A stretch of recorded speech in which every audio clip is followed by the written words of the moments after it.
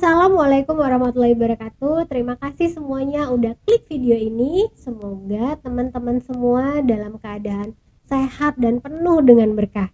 Di video kali ini aku akan bercerita tentang sahabat Rasulullah yang bisa membuat ciut nyali musuh tanpa menggunakan pedang ataupun anak panah. Terus gimana caranya? Mau tahu kisahnya? Langsung aja yuk kita dengerin.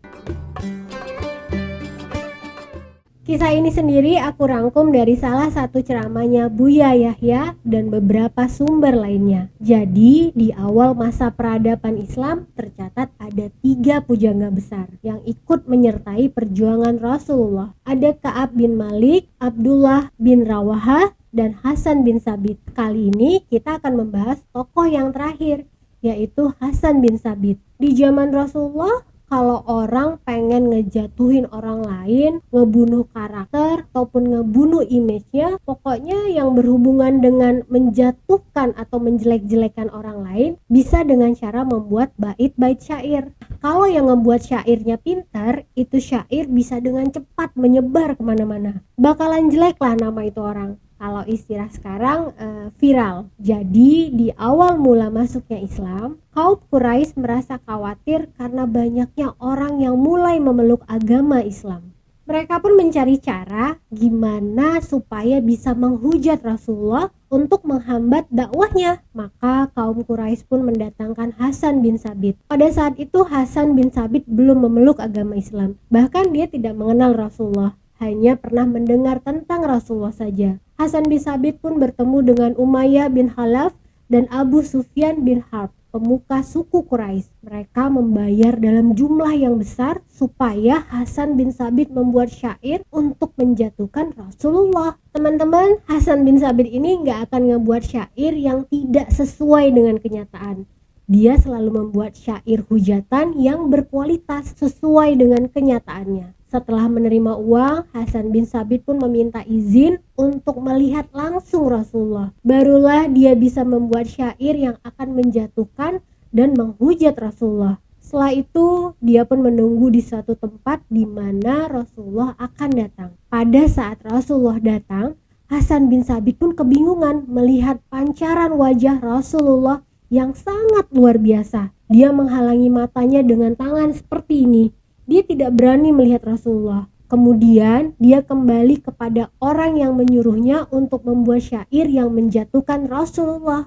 Yang tadinya Hasan bin Sabit ini mau membuat syair yang menjatuhkan Rasulullah, kenyataannya yang dia buat adalah syair-syair yang memuja Rasulullah. Dia begitu terpesona dengan pancaran cahaya yang terpancar dari wajah dan tubuh Rasulullah.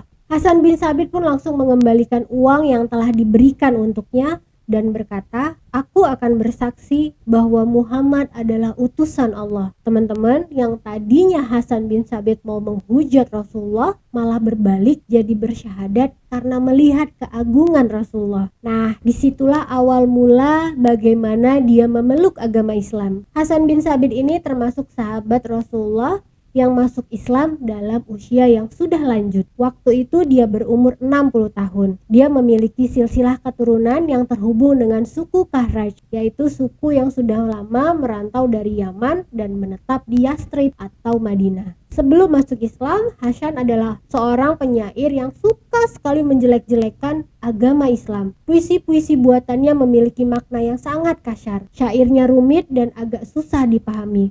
Dengan cara itulah dia mendapatkan uang. Setelah mendapatkan hidayah dari Allah, karya Hasan bin Sabit pun berubah haluan membela Islam. Penyampaian puisinya pun berubah menjadi halus dan mudah dipahami. Hasan menuliskan keindahan Rasulullah dalam senandung puisi pujiannya. Nah, ini adalah salah satu contoh syair terkenal yang ditulis untuk Rasulullah. Rasulullah pun merespon dengan baik perjuangan yang dilakukan Hasan bin Sabit. Beliau mengakui bahwa syair-syair buatan Hasan ampuh untuk melumpuhkan propaganda-propaganda hitam yang dibuat oleh musuh-musuh Islam. Syair-syair yang ditulisnya bagaikan anak panah yang menikam musuh kaum muslimin. Dalam buku Syekh Abdul Aziz Asnawi yang berjudul Saat-saat Berkesan Bersama Rasulullah menyebutkan bahwa Hasan bin Sabit ini tidak bisa berkelahi, tapi dia tidak pernah absen dalam setiap peperangan.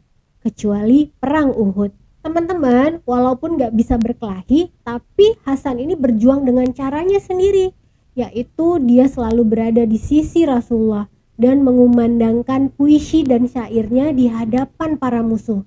Dan hal ini bisa membuat ciut nyali para pasukan musuh. Ada satu cerita pada saat Hasan bin Sabit tidak ikut pergi dalam perang Uhud. Rasulullah bersama kaum muslimin pun pergi ke Uhud untuk berperang. Lalu Rasulullah pun meninggalkan istri-istri dan bibinya Safiyah binti Abdul Muthalib radhiyallahu anha bersama Hasan. Mereka ditempatkan di sebuah bangunan yang disebut Fa'ari.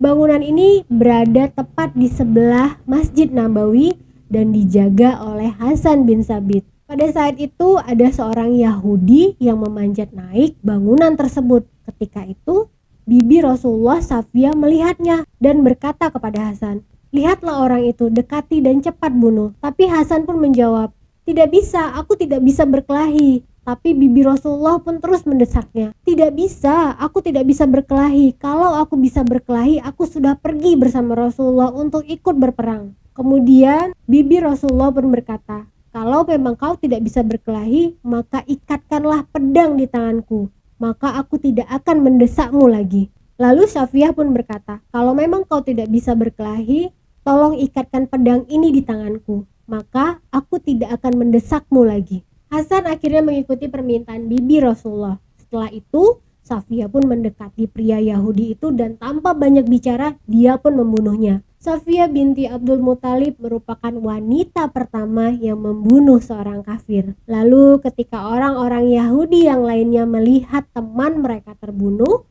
mereka pun menjadi ketakutan dan berkata, "Kita salah jika mengira Muhammad meninggalkan keluarganya sendirian tanpa pengawal." Setelah Rasulullah kembali dari peperangan, Safiyah pun menceritakan kejadian Hasan yang tidak bisa berkelahi dan orang Yahudi itu kepada Rasulullah. Rasulullah pun tertawa mendengarnya, hingga gigi depan beliau pun terlihat. Safiyah tidak pernah melihat keponakannya ini tertawa lebih keras daripada saat itu. Dalam riwayat Tirmizi dari Aisyah radhiyallahu anha disebutkan bahwa suatu ketika Rasulullah pernah mempersilahkan Hasan berdiri di mimbar masjid untuk membaca syair puisi kepada beliau.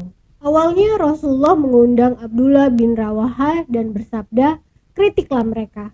Abdullah pun bersyair, namun Rasulullah belum merasa cukup. Lalu Rasulullah pun meminta Ka'ab bin Malik untuk bersyair, tapi Rasulullah masih belum merasa lega. Lalu akhirnya datanglah Hasan bin Sabit dan Rasulullah pun bersabda, "Saatnya bagi kalian mengutus kepada singa yang memukul dengan ekornya. Kritiklah orang-orang Quraisy dengan syair, karena itu lebih berat bagi mereka daripada lemparan anak panah." Rasulullah bersabda, "Berikanlah pujian kepada mereka. Kelak malaikat Jibril bersamamu." Diambil dari hadis riwayat Bukhari. Dalam hadis lain juga dikatakan dari Aisyah bahwa Rasulullah SAW bersabda kepada Hasan bin Sabit, "Jibril akan tetap melindungimu dan mendukungmu selama engkau memuji Allah dan Rasulnya."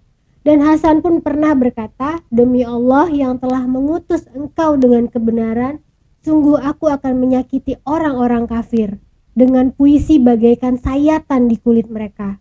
Riwayat ini menggambarkan betapa dalamnya makna syair-syair buatan Hasan bin Sabit. Hasan bin Sabit memiliki istri yang bernama Sirin, yang merupakan saudara dari Maria Al-Qibtiyah yang merupakan istri Rasulullah dari keturunan Mesir. Selain berprestasi dalam dunia sastra, Hasan bin Sabit juga seorang pengembara. Setelah Rasulullah meninggal, dia pun sempat mengembara ke arah timur hingga ke negeri Cina.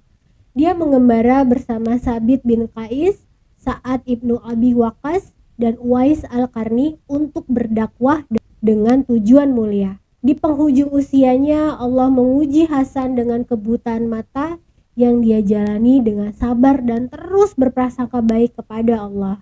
Hasan pun wafat pada tahun 54 Hijriah atau 674 Masehi di Madinah pada usianya 120 tahun. Hasan telah melewati dua masa, yaitu hidup selama 60 tahun pada masa jahiliyah dan 60 tahun pada masa Islam. Teman-teman, itu tadi kisah dari sahabat Rasulullah Hasan bin Sabit. Walaupun dia tidak bisa berkelahi, bukan berarti dia nggak bisa ikut berjihad dan berjuang membela Rasulullah dan kaum muslimin. Tetapi justru dia menggunakan keahliannya sebagai senjata untuk mengalahkan pihak musuh dan orang-orang yang selalu menghujat Rasulullah. Syair-syair yang diciptakannya bahkan lebih tajam dari pedang. Semoga cerita ini membawa manfaat untuk kita semua. Sekian dulu cerita dari aku.